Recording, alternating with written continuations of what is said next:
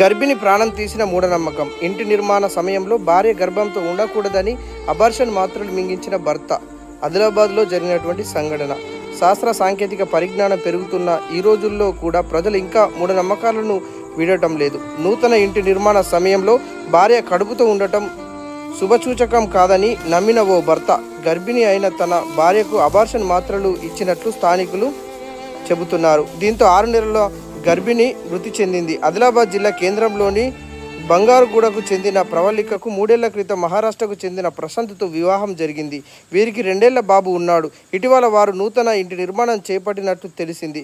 ఈ సమయంలో ఆమె గర్భం దాల్చడం అరిష్టమని భావించిన భర్త ప్రవళికకు అబార్షన్ మాత్రలు మింగించాడు. దీంతో ఆమెకు తీవ్ర రక్తస్రావం జరిగింది.